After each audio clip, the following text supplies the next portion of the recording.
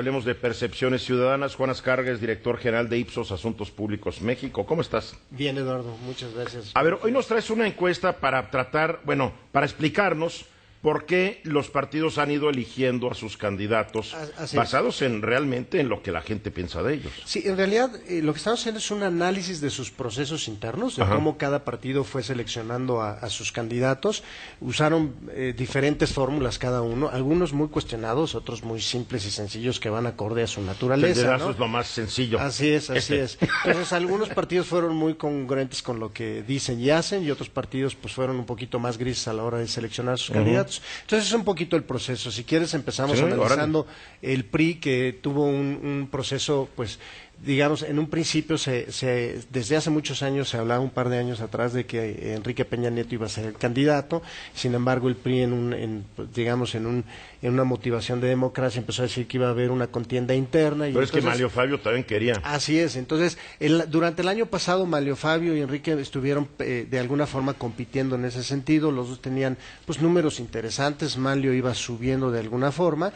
Sin embargo, el diferencial positivo, lo que hemos hablado aquí del diferencial de imagen entre un candidato. A ver, candidato explícalo y otro, otra vez para la gente que no esté enterada. Es la suma y resta de las menciones positivas de la imagen de una persona menos las negativas, y ese diferencial, si te da positivo, lo que quiere decir en términos reales es que tienes gran capacidad de atraer nuevos votos. Y si tu diferencial es negativo, es que no vas a ganar más gente. Es que no vas a ganar más gente. Mientras más te conocen, menos vas a atraer a la gente, ¿no? Entonces, Manlio tenía un diferencial de menos 7%, mientras que Enrique Peña tenía un diferencial muy arriba, es de los más altos en todo el país, con un más 43%. No, pues es que es de calle, ¿no? Así es, finalmente. O sea, esto significa que la candidatura de Enrique podía crecer y la de Manlio Fabio no. No podía crecer, Punto. Exactamente. Entonces, finalmente el partido decide que se va a hacer una elección abierta, población abierta, y es cuando Manlio decide hacerse a un lado.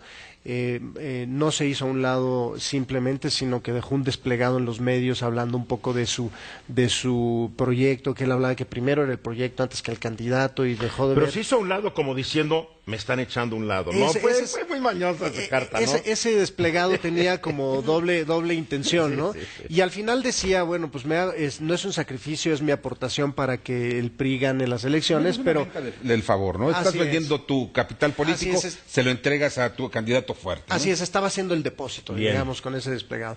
Después podemos analizar el proceso del PRD. El proceso es uno de los procesos tal vez más complicados de entender, probablemente yo le llamaría un proceso gris, porque hubo muchas cosas que no dejaron muy claro lo que pasó.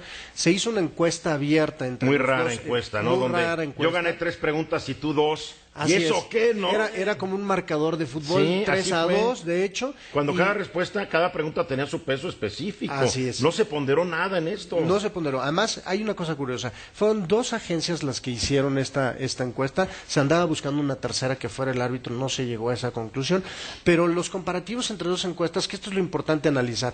Cuando se trabajan 2 encuestas, lo que se llama encuesta espejo, lo que tienes que buscar es que los datos o los indicadores se superpongan de forma similar. Si no lo hacen, quiere decir que una variante o la muestra están funcionando de forma distinta. Entonces, en este sentido, hubo una pregunta en donde esa diferencial no se superpuso en las 2 encuestas, entre las encuestas que están trabajando, una para Marcelo Ebrard y otra para Andrés Manuel, y ese punto se le dio a Andrés Manuel, a pesar de que no estaban superpuestos. O sea, se debería haber invalidado. Se debería haber invalidado. Y hubiera sido un empate, o marcado 2-2. un empate en ese. Claro, entonces hubiera echado un volado ya. Eso hubiera sido una. Pero las encuestas es lo que tú manejas, ¿no? Lo que tú estás manejando. Pero aquí lo interesante es el diferencial. El diferencial. Aquí había otra cosa importante. Las encuestas de todos los encuestadores veníamos diciendo que Marcelo Ebrard tenía un diferencial más positivo que el de Andrés Manuel. Además, ya tenía un conocimiento muy importante en la zona central del país. Se le había acercado mucho. Se había acercado muchísimo, y en algunas encuestas inclusive había superado en intención de voto, en preferencia electoral. Entonces aquí claramente se vio cómo hubo un acuerdo político entre ellos para lograr la candidatura de Andrés Manuel, y bueno, pues ahí estamos viendo. Pero este diferencial de menos 15, sí, está pesando porque no crece la candidatura de Andrés Manuel. En las encuestas está pasmado. Así es. No crece. El tema es que se va a quedar plano. Y ya nadie sabe, bueno, es del amor, porque de repente un día le sale no el amor, y sale el irascible de siempre, y como que se da cuenta, bueno, no, el amor, después de que se puso como loco, ¿no? Así es. Su mensaje está cambiando mucho, y eso hace que haya atención de la gente, pero en las encuestas, en la preferencia se está manteniendo. Nadie le cree.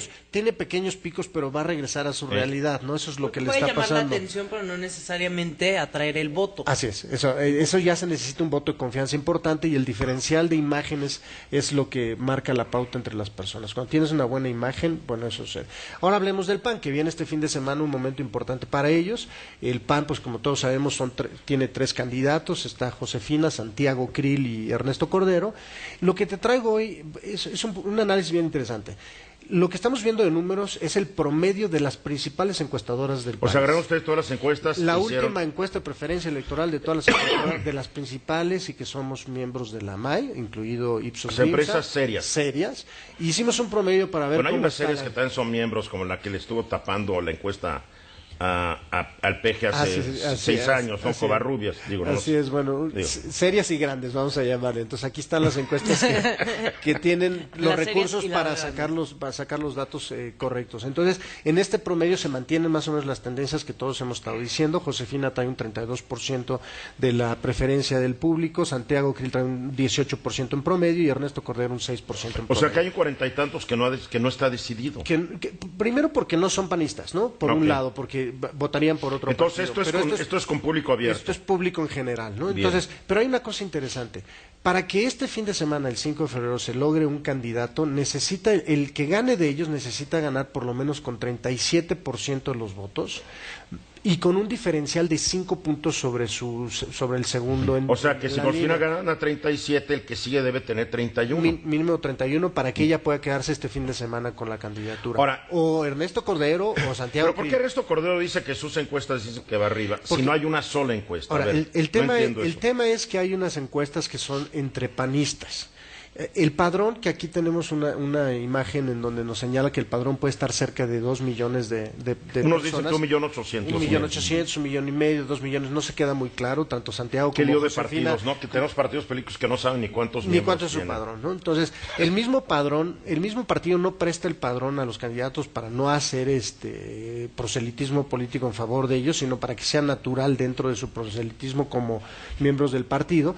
Entonces, nadie tiene el padrón para hacer una encuesta realmente entre los que van a votar, ¿no? Entonces, la realidad es que lo que los encuestadores hacemos para los panistas que contratan esto es que buscamos a los que de alguna forma expresan ser simpatizantes. Que le pregunta a la persona, ¿usted es simpatizante del PAN, es militante, y entonces se va haciendo un filtro de manera que tú puedas sacar un número asociado a los panistas. Sin embargo, nadie hoy en día se puede animar a decir, los panistas van a votar por fulano y tal. Primero, como ocurrió también hace 6 años, ¿no? Porque no sabes quiénes son los panistas. Entonces, lo que puedes es estimar con una encuesta panista lo que hace Cordero, lo que hace Josefina. Pero Cordero dice que él sí tiene la metodología para hacer encuestas que dicen que él va ganando. Es que a lo mejor a él sí le pasan las listas. Lo único que podría hacer es que tengan el padrón, para hacer la encuesta dentro del padrón. Sería terrible, ¿no? Fíjate que hace 6 años Felipe Calderón no estaba en las encuestas a público abierto, no estaba muy abajo, estaba abajo 5 puntos, incluso de Santiago Krill. O sea, el que llevaba ventaja era Santiago Krill. Sí. Entonces, al final, los panistas dijeron, no, vamos con quién. Tienes razón, Víctor. Aquí el tema no va a ser tampoco de las preferencias. Sí, pero aquí la diferencia es de 6,5 Cordero, 33% Josefina. Ahora, ¿qué tanto puede imperar yo quiero imaginarme de que el público en general, en alguna manera, es un representativo de la gente panista. Estos números les ayudan a ellos para negociar internamente, para negociar sus compromisos políticos, para negociar internamente si van a conseguir el apoyo o no. Lo interesante aquí es que hay que ver que es un apoyo que viene de panistas y esto puede tener mucha carga política. Es decir, Josefina es la única que está entre medio de los dos grandes grupos políticos que hay en el panismo. El grupo de Fox y toda la gente que venía desde el sexenio Fox y el grupo de Calderón. En el grupo de Fox tenemos a Santiago Krill, en el de Calderón tenemos a Cordero. Entonces todo puede cambiar. Es decir, puede salir inclusive Cordero porque tenga un apoyo muy fuerte del grupo de Calderón dentro de los panistas, ¿no? Entonces, aquí lo único que podemos nosotros es ver algunas ideas de lo que está pasando, lo que piensa el público en general, que pueden pensar en eso, ¿no? Por último, me gustaría, bueno, traje unos datos de la selección en el DF.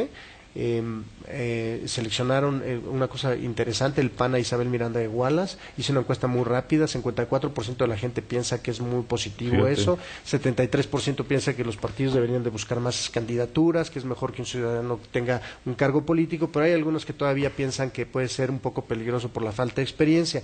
Y en términos de competencia, pues está Beatriz Paredes con más conocimiento, con el 91%, 79% Isabel Miranda de Gualas y Miguel Ángel Mancera. Pero Mancera tiene más diferencial positivo. Tiene más diferencial positivo y además el DF es un territorio del PRD, o sea, va a ser complicado, ¿no? Va a estar interesante, vamos a ver cómo la semana que entra vamos a estar hablando de esto. Así es. Muy bien, gracias Juan.